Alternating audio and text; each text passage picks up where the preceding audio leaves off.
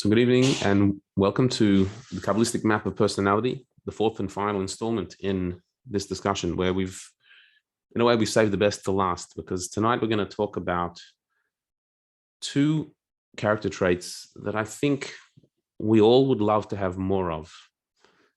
And maybe you can never have enough of. And that is charisma and confidence. What are these two traits? Charisma is like a magnetic personality, somebody who walks into the room and they just connect with everyone there. They have a personality, a people's personality that you're attracted to, that you easily connect with. And they pick up followers in the real sense of people who just want to be attached and connected to them. Some people have this knack, they have a touch and you just want to be around them. That's a charismatic person. Confidence is also a certain presence, but it's more a sense that I can do this, that I'm not scared to express, to try, to give it a go. I have a sense that I have abilities and I want to share them, and I'm going to do them, and I'm going to do what I can, and I'm not going to avoid the challenge. We'd all love to be more charismatic because everyone loves charismatic people. We'd all love to be more confident because when you're confident, things flow much easier. A lack of charisma can make you a bit lonely. The opposite of charisma, I guess, would be quite a repellent personality where people just want to stay away. That's certainly not advantageous. And a lack of confidence, it's sad because you have so much to give, but you don't have the wherewithal to give it. We're going to explore these two personality traits this evening, where they come from in the Kabbalistic map of our personality, how we can identify it within ourselves, how we can develop them and allow them to grow. However you are built, however you were created, you're not a finished product. You're here to complete the work of yourself, to join as a partner in creation of yourself. At the very creation of the first human being, Adam, God said, Nase Adam. He said, let us make man, which the Zohar says, he was talking to Adam and says, I want to make you with you. God says to Adam, I'll make a bit of you and you've got to do the rest. I'll start the job off and you've got to continue the job. So let's explore these traits that we can work on ourselves, that we can develop ourselves. We're all a work in progress. Charisma and confidence. So we've been through 5 of the 7. Tonight we're going to do the last 2. We've met Chesed, Gvura, and Tiferet, that triad of kindness, loving, giving, as opposed to discipline, awe, and receiving. And Tiferet, the harmony and compassion, the empathy in between. We met Netzach and Hod, which are the assertiveness to follow through, to be determined, focused, and get it done. And Hod, the opposite, being submissive, humble, allowing space for the other, being grateful and recognizing the other's contribution. Now we're going to look at the last 2 of these attributes, Yesod and Malchut. Yesod, the translation of the word Yesod is foundation. But the meaningful translation of it, Yesod means the power of connection, or what we've called charisma, the ability to connect with others. You have your persona that's in you. There are other people floating around with their personas in them. What connects us? What bonds us? How do you bridge the gap between you and them? Of course, we all have interactions with other people. We all bump into other people in our lives. You say something and they say something. You do something and they do something. I move this way, they move that way. We have all types of interactions with people in our home where we share space. Good morning, pass the salt, We do things together and say things together on the bus, on the street, at work. We have all types of interactions. We pass by people. But what about connecting with them? Do we connect? The answer is yes. Some people we connect with, others not so much. Some of the time we connect, sometimes we're not so connecting. There is some level of connection when you say good morning to somebody on the street. There's some level of human connection there, but it could be quite minimal. That could be a platitude, polite. You said hello. The same can be in an intimate relationship. We can be sharing the same space, going through the motions of a relationship without actually connecting. We share a bank account. We're working together to build a home. We have children together. But what about the connection? Connecting means that there is a relationship. There's a give and take. I give space for you. You give space for me. We share space together. We have a sense of a bond that holds us together. If we go through a difficult time, we have an argument, a real argument, a serious one, a disagreement. Yeah, that's a disagreement, but there's a bond, there's a connection there that is deeper than this particular disagreement. At the moment, we're disagreeing, but we're bound together as one. We're connected as one. There is a thing called the relationship. There's not just you and me. There's a third entity that is the bond that connects us, that is deeper than the particular circumstances right now. This is the power we have of Yesod. It's a human power, a power in our character to bond with another person, to say that I'm not an island. I'm not just, it's either my turn or your turn. It's not just either I win the day or you win the day. Either I'm right or you're right. That's in the external level. On a deeper level, there's a we. There's a connection between us. There's something that unites us that is deeper than the individual and deeper than the particular moment. And it's expressed in our speech and our actions, in the way we talk to each other, in what we do for each other. But it's deeper than any one particular interaction we have. There's a sense of a bond. I mean, to give a very mundane example, but when somebody has a team that they support, a sports team, it's not about the fact that that team won the last game, so therefore I support them. That's my team. They're mine. And so their colors and their song and the players of the team, it's mine. I'm a part of that team. And if they did a bad job, I'm upset and angry, but they're my team. And when they win, it's my personal victory because it's my team. That's the power of bonding in a very mundane way. But it's the same in every relationship. The ability to bond means you're mine and I'm yours. Your success is my joy. Your failure hurts me. And even if we disagree and are upset and whatever, but we're bound. We're bound up. And so this is the power of Yesod, the power of connection.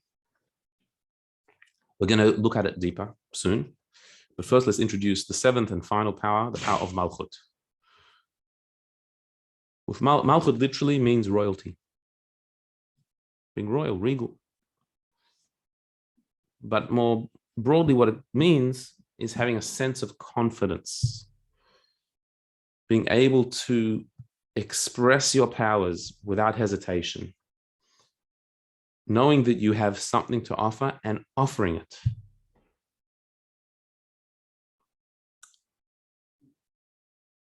When you have confidence, all the other powers have a means to be expressed. When you lack confidence, whatever gifts you have stay under wraps. because you can't bring yourself to share it, to express it, to put it out there.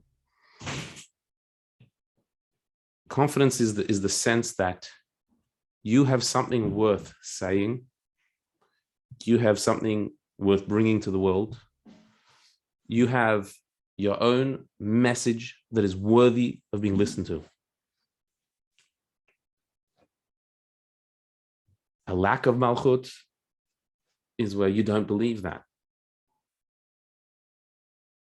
And in spite of all the evidence to the contrary, you believe that you have nothing to offer. And so malchut is the final of the 7 attributes because it's the clincher. Whatever chesed or gevura or tiferet or netzach or hod or even yisod, whatever you've got, if you don't have malchut, it's like you've got nothing. Whereas when you have malchut, you're able to express your deepest gifts and share them. Let's explore these two, Yesod and Malchut. Let's look at some practical examples and see how they fit in the tree, in the structure of the Sfirot.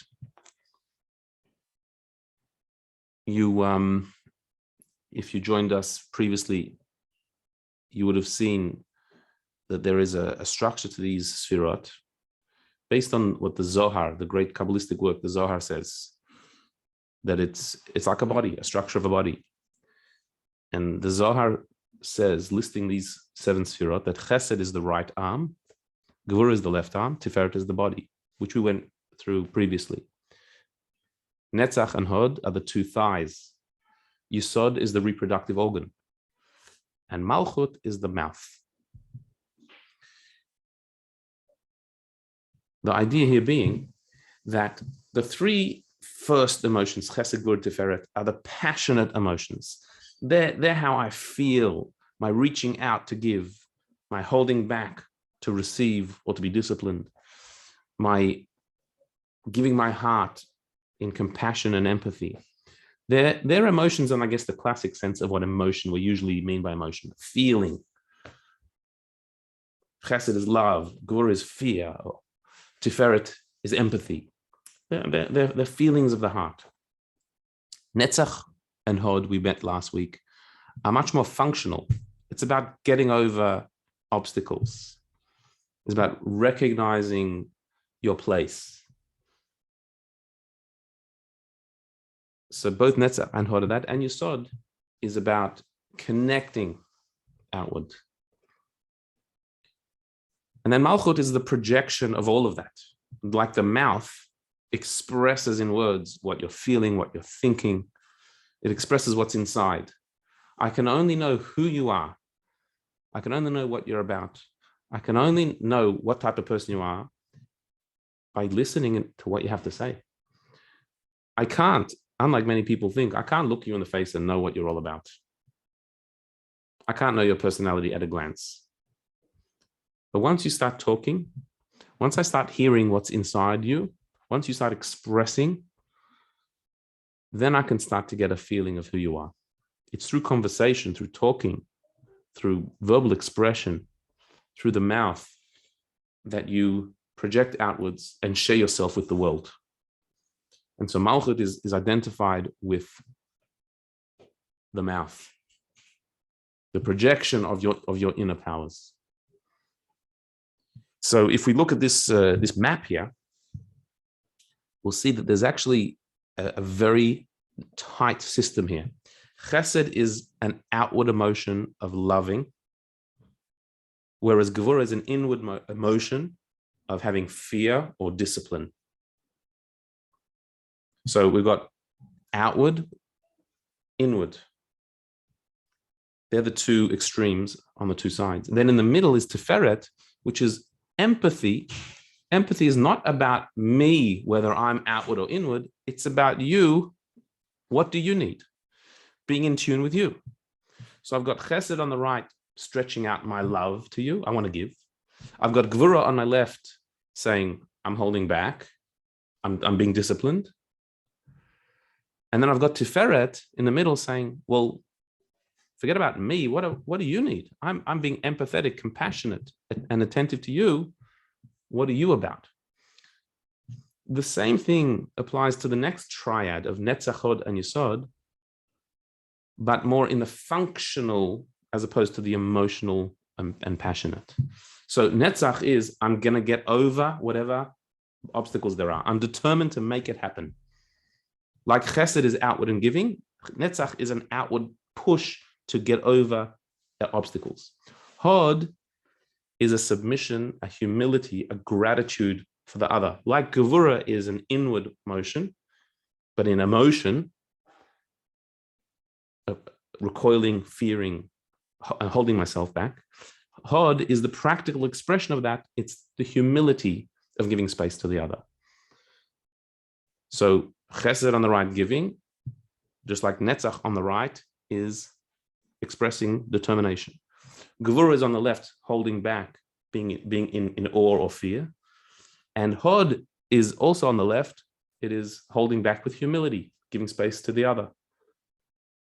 Yesod is in the middle because Yesod is about connectivity. Just like Tiferet in the middle was other focus, being empathetic and compassionate to the other. Yesod is in the middle. It's my ability to connect with you. I'm not alone in the world. I connect with another person. It's in the practical expression. The empathy, Tiferet, is an emotional state. Yesod is much more practical, expressive of that Tiferet. Empathy is expressed in Yesod.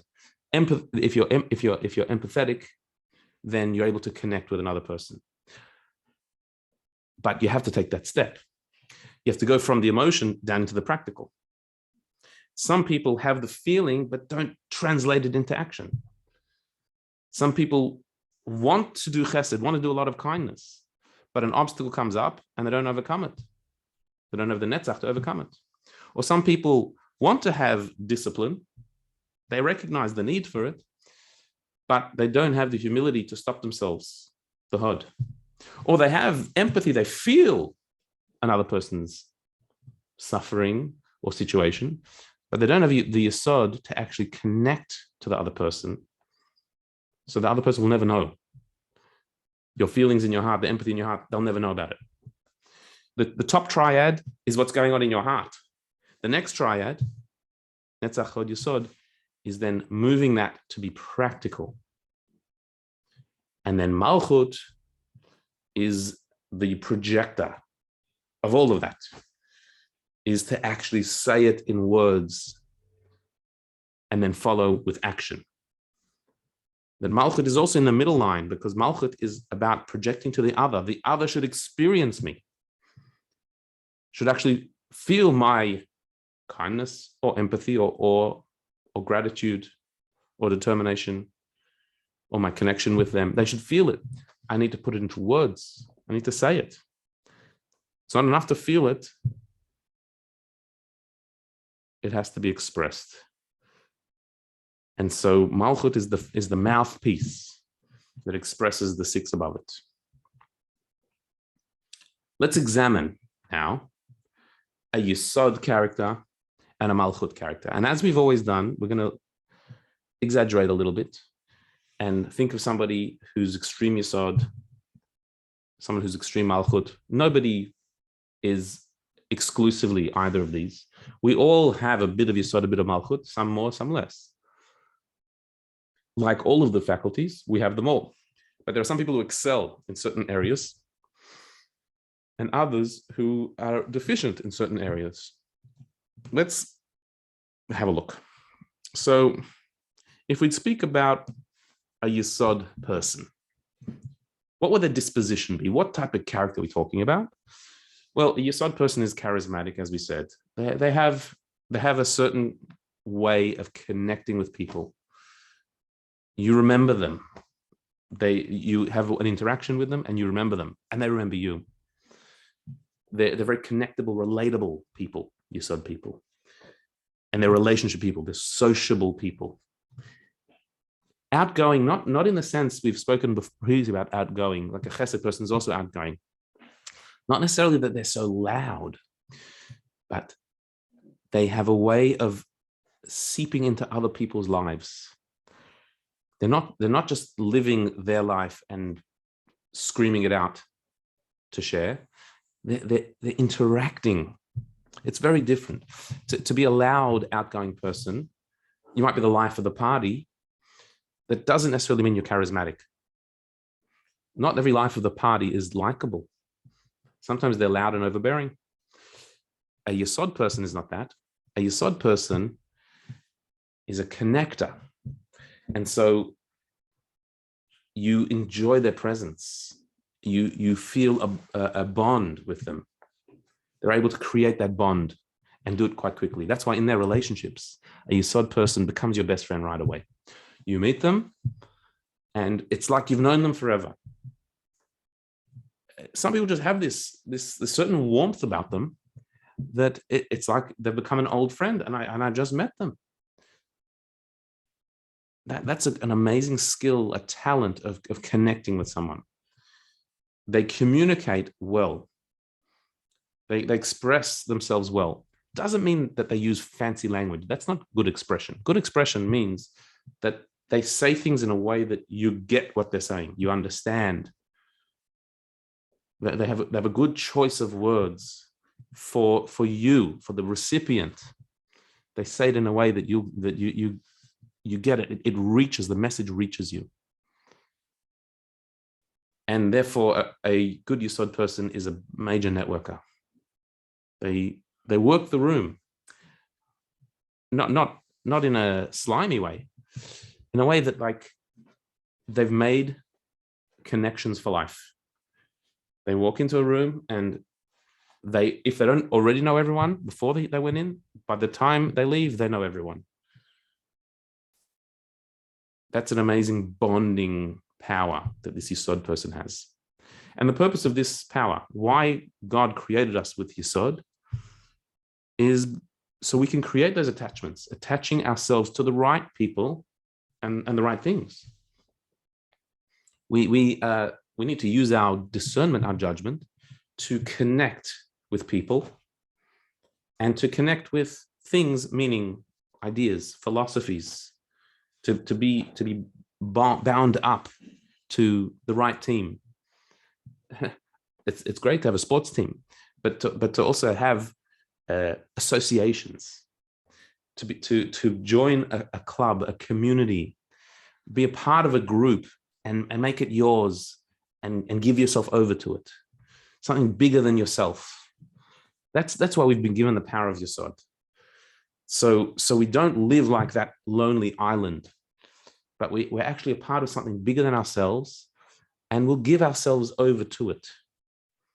Yesod takes a certain selflessness, a certain sense of connecting to that which is beyond myself. And that's why we're given that power to create real relationships where we're bound up, and to align ourselves with ideas that we can dedicate our life to. Not just when we're in the mood, not just when we feel like it, not just when it's cool, but because that's my team. That's what I'm here for. But like all traits, it can be corrupted. The corruption of Yesod is where we enter inappropriate relationships. You can connect and bond with somebody that you're not supposed to bond with. When you're committed to, for example, a marriage, the bond is within the marriage. Bonds outside of the marriage need to be very carefully watched. And so that would be an inappropriate relationship, an inappropriate bonding. You can also join the wrong club. People do give their lives up for evil causes. That's also a form of Yesod. That's my team, and I'll die for the team. But if that team is an immoral team, that's not a great use of Yesod. That's the exact opposite of its purpose. We have to have discernment. There has to be a moral compass of what's right and wrong, and where do I invest myself. Another corruption of Yesod would be enmeshment, where we get too dependent on others or make them dependent on us, where we lose we blur the barriers between ourselves and another, where we don't respect those barriers, that it's all about the us and the connection, and there's no room for individuality, where we quash somebody else in the relationship and lose ourselves in a relationship. That is yesod that has become corrupted. It's veered from its path. The connection is supposed to make us bigger than individuals. It's supposed to enhance me and myself. If a relationship is not making me a better person, drawing out of me greater levels of giving and kindness and love, and if I'm not doing the same in a relationship to the other, if I'm not giving the opportunity for the other to love and give, so then where's that bond going? Is that bond creating something better, or will we be better off without it? So Yesod has to be directed, like all emotions, it has to be directed to the correct destination. And when it is, when we focus our Yesod, our connectivity, our ability to bond, when we focus in the right place, then you're invested in deeper relationships and in higher causes. And you can impact the world way bigger than if you're all alone. So that is an overview of our Yesod character. Let's look at a Malchut person. Again, we all have it, but the question is how much? Let's say a person who's very, very well endowed in Malchut. They have a great strong dose of it. So they're going to be confident. Meaning they believe in themselves and they'll act on their beliefs. They'll be willing to put themselves out there, to say what they want to say and to do what they want to do, because they believe that they have something to contribute. That's a confident Malchut person. They're also probably talkative. Talkative can be sometimes an overbearing talkative, but here we're talking about they're going to say it. They're going to say what they're thinking. They're not going to hold back. But they're also going to make things happen. They're not just talk. That they're going to follow through and make things happen because of their confidence, because of their presence. They'll actually deliver. So in relationships, a Malchut person has a very strong presence, a certain regality, a certain sense of they take up a certain gravitas, a space when you're a Malchut person, and therefore they're extremely influential. A Malchut person is a leader. What they say, people listen to. People are impacted by their words. They have authority. And so in their relationships, in their interactions, the Malchut person, when they speak, people listen. The purpose of Malchut is to activate all the rest of your traits. Because you've got Chesed and Gvura and Tiferet and all the traits, you've got them all. Malchut is to activate them. So you actually do it. Do the Chesed. Do that kindness. Be empathetic.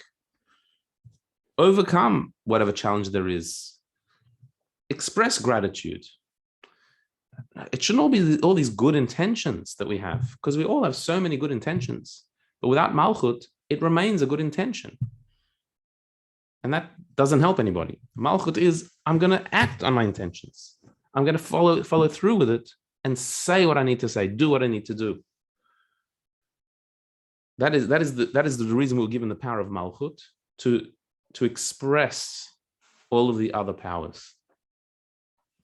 Therefore, Malchut itself is in a way nothing more than a conduit for your other powers. Confidence has to be confidence in something. So it's not enough to just be confident. There has to be confidence in your ability to love or to be disciplined or to be empathetic. You have to have confidence in something, and that confidence has to express something. The corruption of confidence is where it's just confidence, but it's not backed up by anything. Here you can think of a person who is very willing to share their opinion with very little knowledge of the topic. They're very happy to tell you how you should be doing something, including in areas where they don't know what they're saying, but they're very confident in telling you. They can say the words, they can talk, and the talk is big, but it's not backed up by anything.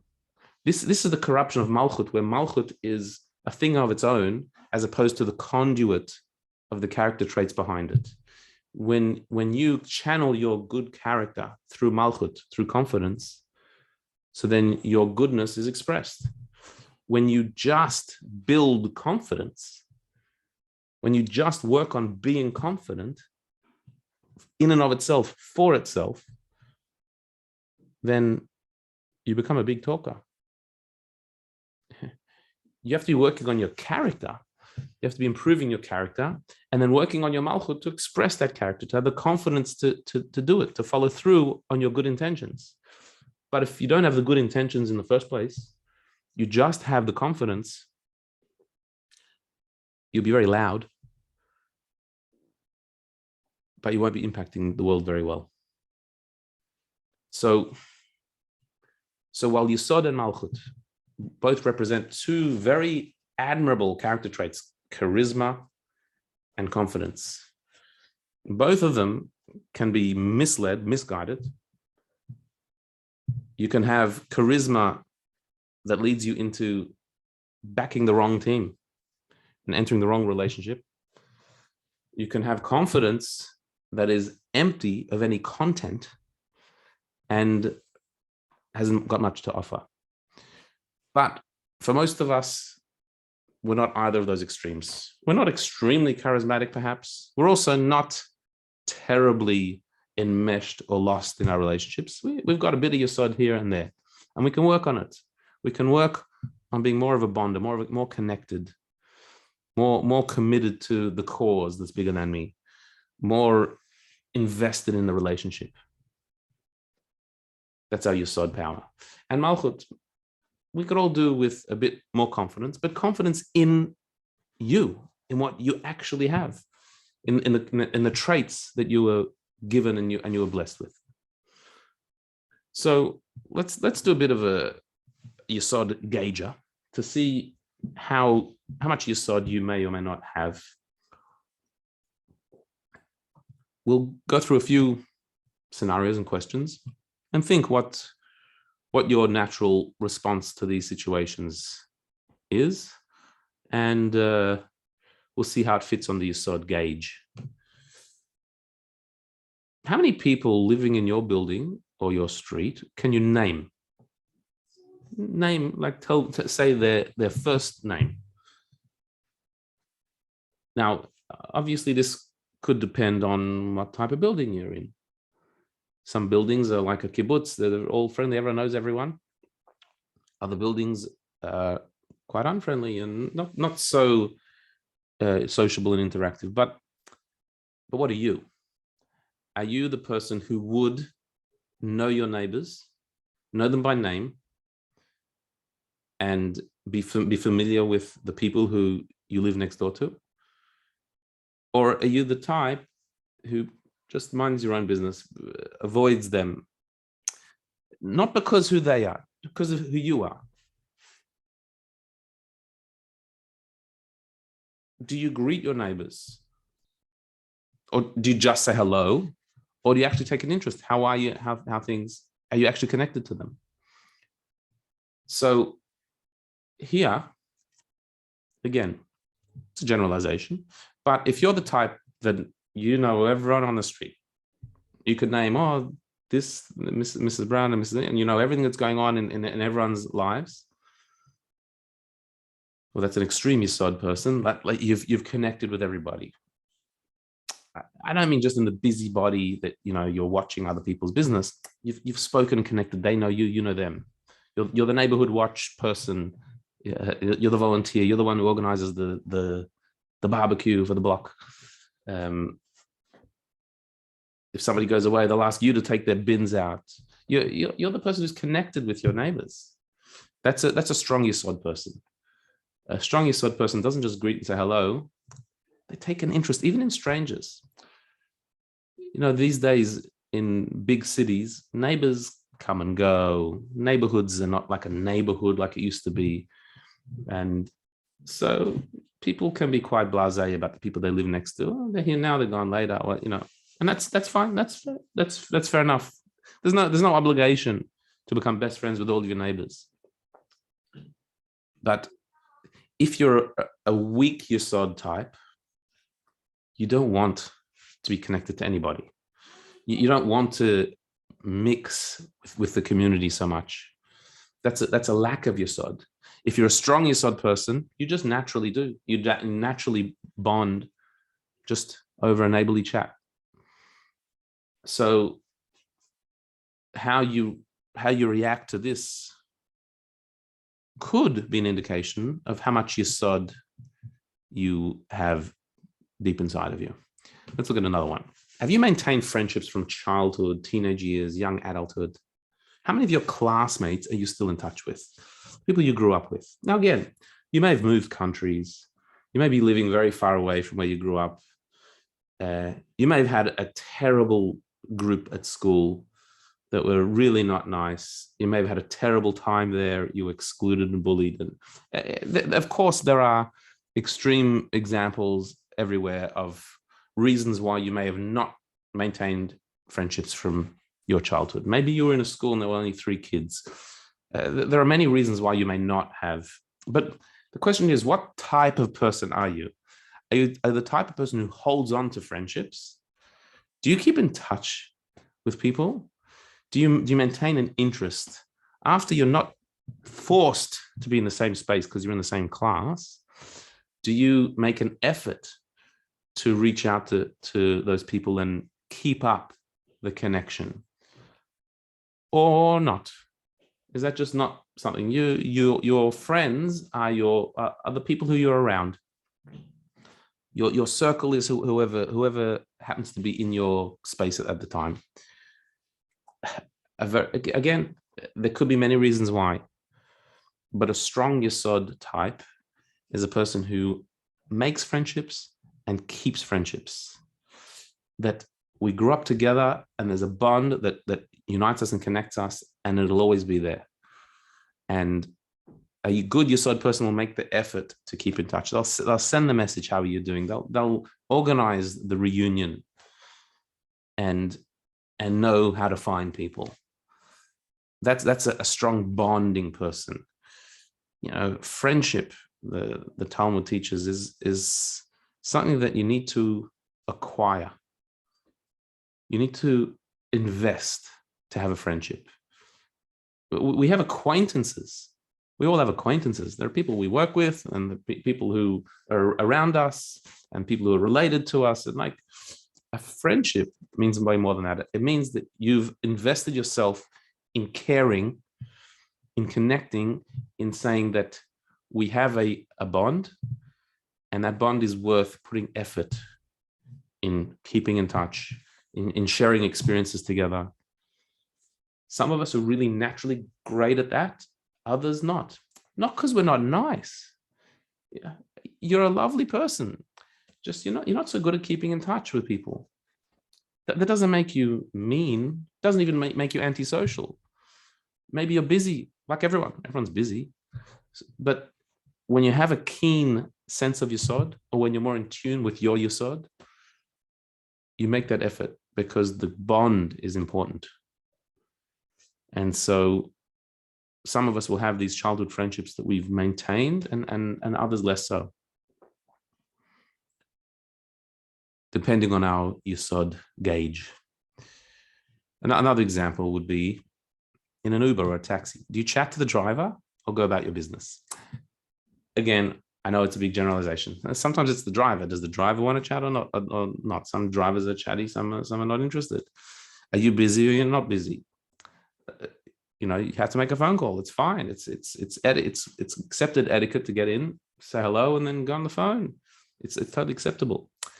But the question here is, what would you do without the externalities, without the circumstance where you need to be on the phone, or whether or not the driver is a friendly type or not? What are you? Are you the type that says, I'm sitting in an enclosed space for an extended period of time, I can't just ignore this person like they're a human being? Is that the way you feel? Or do you feel, this is a complete stranger, I will most likely never see them again, I'm paying them for the service, are they interested in my life? Am I interested in their life?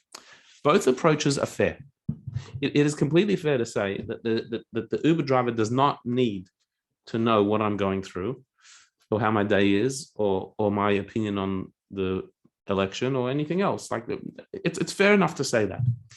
But a Yesod person, strong Yesod person, can't sit there and not connect with a person on some level. Whereas somebody who's a very weak Yesod would have no problem treating them like an automaton, like just a function. Again, it's not rude. It's acceptable to do that. You say thank you. You still say thank you. You might give them a tip and give them a nice rating. But when you don't have that Yesod, you don't bond so easily.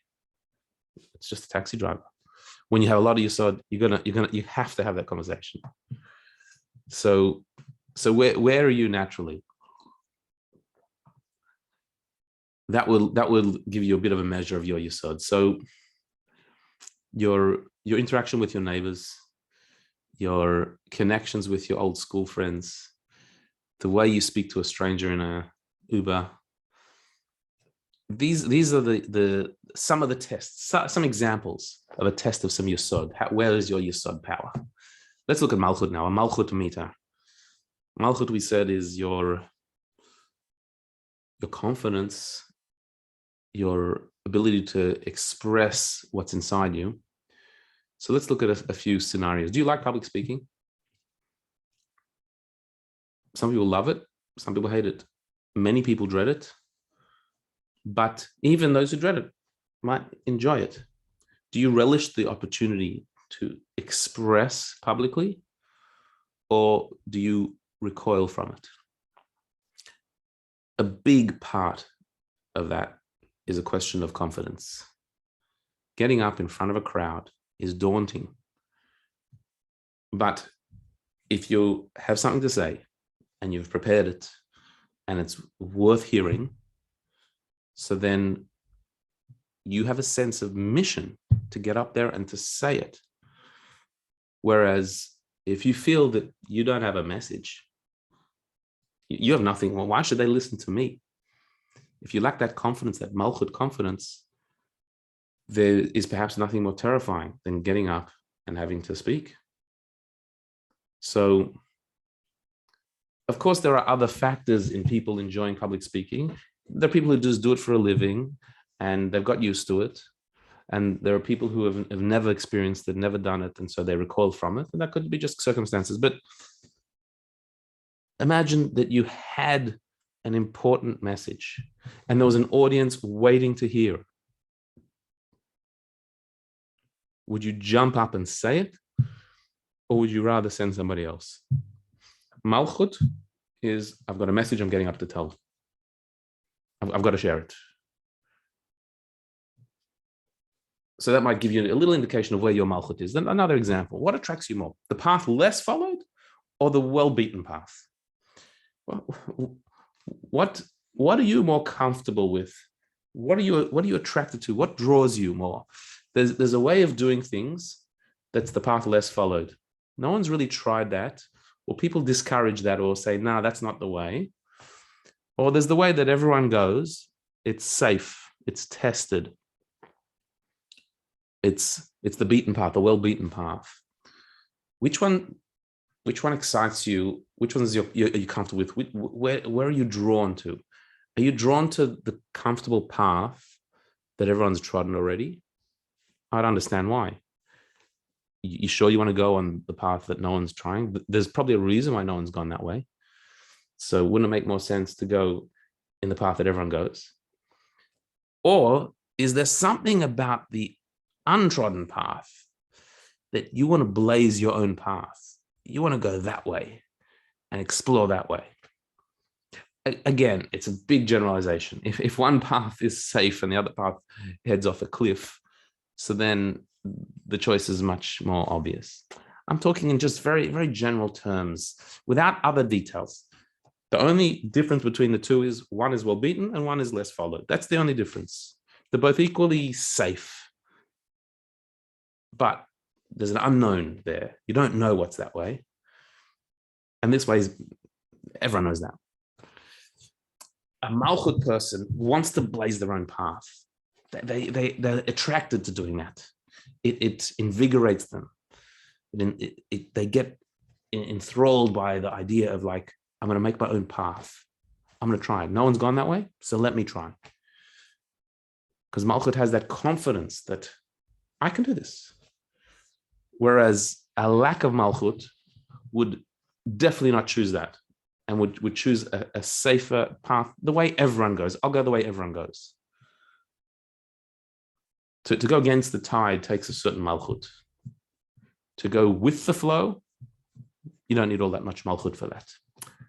Again, this you may have chosen the well-beaten path, doesn't mean you're lacking confidence. You may be more risk averse. There's all different reasons possibly why. But it might be a Malchut thing as well. Would you rather take the lead or take the back seat?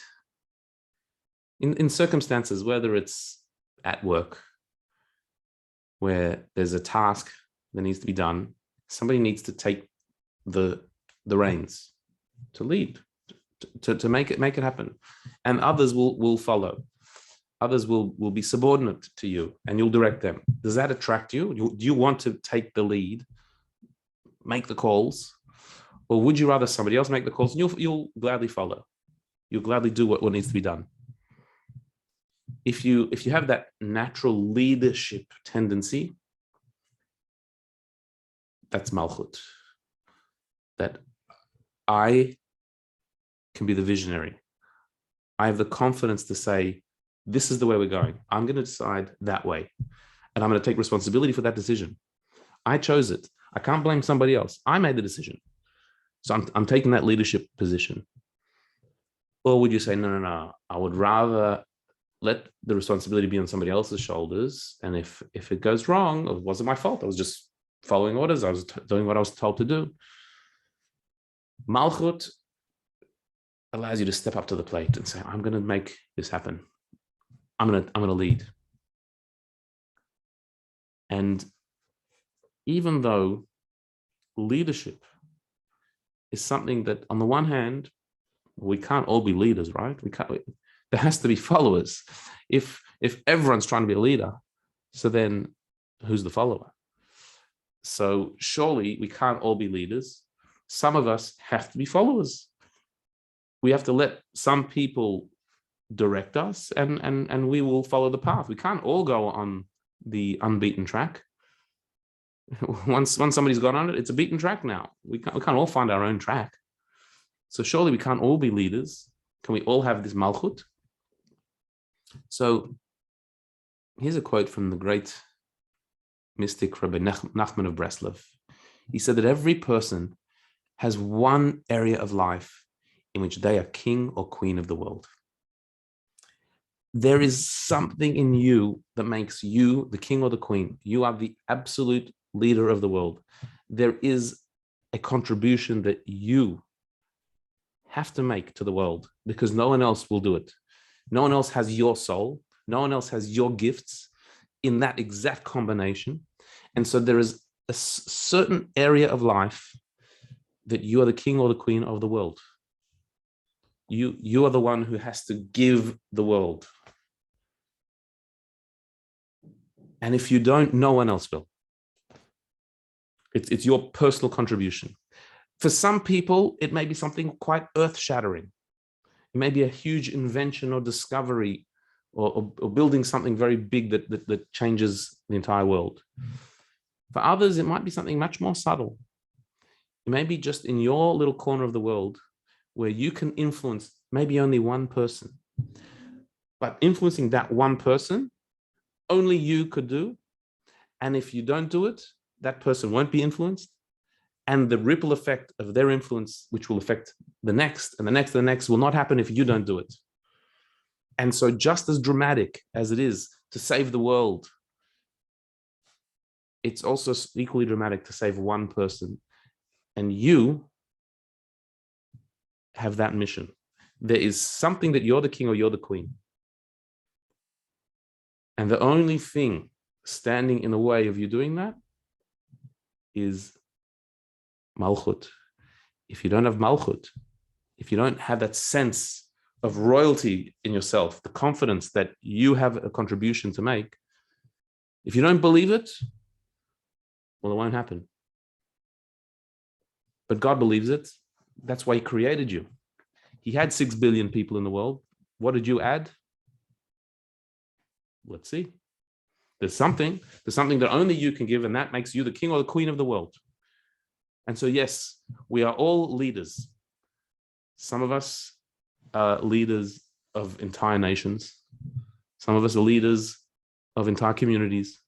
Some of us are leaders of a clan or a family. Some of us are just leaders over ourselves, and a little circle that we can draw and a little bit of light that we can exude to make an impact, even if it just means impacting one person. That might be your entire life's mission. So we're all leaders, all kings, all queens. We have to have that malchut, that confidence, and give it. So to conclude, here's a little bit of exercise to develop your yesod and your malchut. First of all, your yesod. What could you do to deepen your relationships? Deepen, meaning be more connected, loyal to it, bound to the relationship, invested in it. Are you talking about real things? Not just saying hi, but really sharing of and listening to really connect. Share more of yourself and be consistent in those interactions. Stick to it. A friendship takes work, takes investment. So stick to it. That's your yesod exercise, to develop yesod. You may or may not be Mr. and Mrs. Charisma, but you can connect to people more. Wherever you're doing now, you can do more. You can be more connected to strangers and to the people closest to you as well. And then malchut. What influence do you have on others? Do you know your impact? Most of us don't. Most of us don't realize the impact we have on others, that we are very influential. We just don't realize it. So try and get some feedback and give feedback to others. An amazing thing happens with malchut, because malchut is peh, is the mouth. We said earlier from the Zohar. When you express to others the impact they have on you, so then you'll find that others will also reciprocate, and you'll hear the impact you have on them. Malchut, confidence, is only really built when you get that feedback. If you don't see the impact you're having, so then it's very hard to give more. But when you see that you're influencing others in a positive way, that encourages you to do more, and you get more confidence in doing it. That public speaking example we gave, when you see the reaction of the audience, so then you want to give more. So be generous with your feedback. The people who influence you, tell them the impact that they've had, and listen, be attentive to the feedback from others of how you're impacting them. And that will grow your malchut, your confidence to make sure that you are being the king, the queen that you need to be in the world. Okay. We will now go to some questions. If anyone has questions, welcome to put them in the chat. See, there's some here.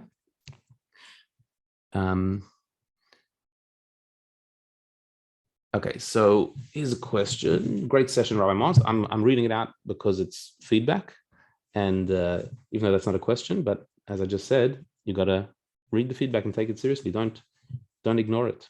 Great session, Rabbi Moss. Thank you. It is interesting, given some of the scenarios you have shared, is it quite possible that in some areas we may be Malchut dominant, when other areas of our lives we may be more Yisod dominant? Yes, certainly true. We, in all of these Sefirot, in all of these attributes, so we have them all. And in some areas, maybe more this, some areas, maybe more that. We're complex beings, human beings. And so we have all of them. And so they're going to be even the opposites of Chesed and Gvura.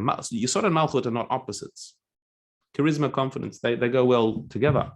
But Chesed and Gvura, Chesed is this kindness, outwardness, generosity. Gvura is strictness, discipline, awe. They're opposites. And yet the same person will have both in certain areas. In some areas, your Chesed, we spoke about being late all the time as being a Chesed attribute. Being very early and punctual is Gevura. There are some things we do get on time to, and other things we don't. The same person. So it depends on how important it is it to you. So yeah, 100%. We could have different areas where one or the other is dominant, and that's completely normal. Here's another question. A scenario. A person has been a leader their whole life. Recently, that person has lost touch with who they are. That person has lost all their confidence. How does that person find themselves again? How do they find a way to inspire others once again? So again, the feedback is so important. And what I mentioned earlier, when you realize that you have impacted other people positively, you can't afford to base your actions on your confidence or lack thereof. There are people waiting. It's inconsiderate, it's cruel, it's mean for you not to be sharing whatever gifts of wisdom and kindness that you have, to not share. It's not fair. And so again, when you're stuck in yourself, if it's about me, am I performing or not performing? I don't think I'm so good. I don't think I'm worthy. Then if you're feeling confident, good. And if not, it's not going to happen. But if you focus on the audience, they're waiting. So then I can't afford to waste time on my own self-opinion. I've got to get to work. And so that's why you need to hear that feedback and take it seriously. Sometimes we hear feedback and we dismiss it.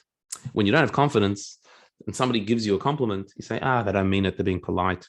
Excuse me. That's not fair. That's not a way to treat a person. A person just said something nice to you. Accept it. Don't dismiss them. They're a person. So again, when we're stuck in ourselves and our state of mind, so then we can dismiss another person. That's not being a mensch. When you listen and you take it seriously, so then you've got to get to work. You've got a mission. You're a king or a queen. You have to do your thing. So get on with it. We'll worry about your inner battles later. Just get moving. Okay, another question here. Hi, Rabbi, incredible series. Thank you. Thank you so much. What if you want to be the leader but are a bit nervous, so you take the middle role, I'm middle manager? Does that mean it's a more balanced approach? Look, again, so we can't always be leaders all the time. We can't all lead. We have to allow others to take the lead, and that's fine. The question is, if you never take the lead, even where you could, you have an approach here, you could take the lead. And leader doesn't mean you're the head of the team. Leader means in a conversation to express your opinion and share it strongly. You have to do that. So you're right. The balanced approach is sometimes you're a follower and you just sit back and let others take the lead. Other times you have to take the lead, and sometimes you're in the middle there. It's We all have to take all roles.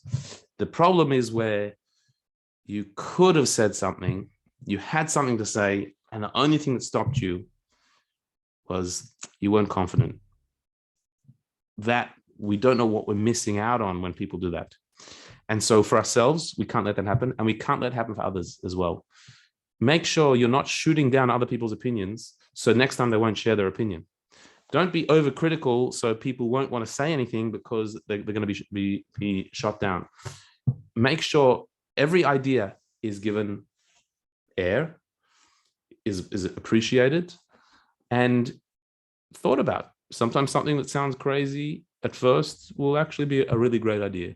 So let all the good ideas come out. Let all the blessings come out. All the contributions we all have.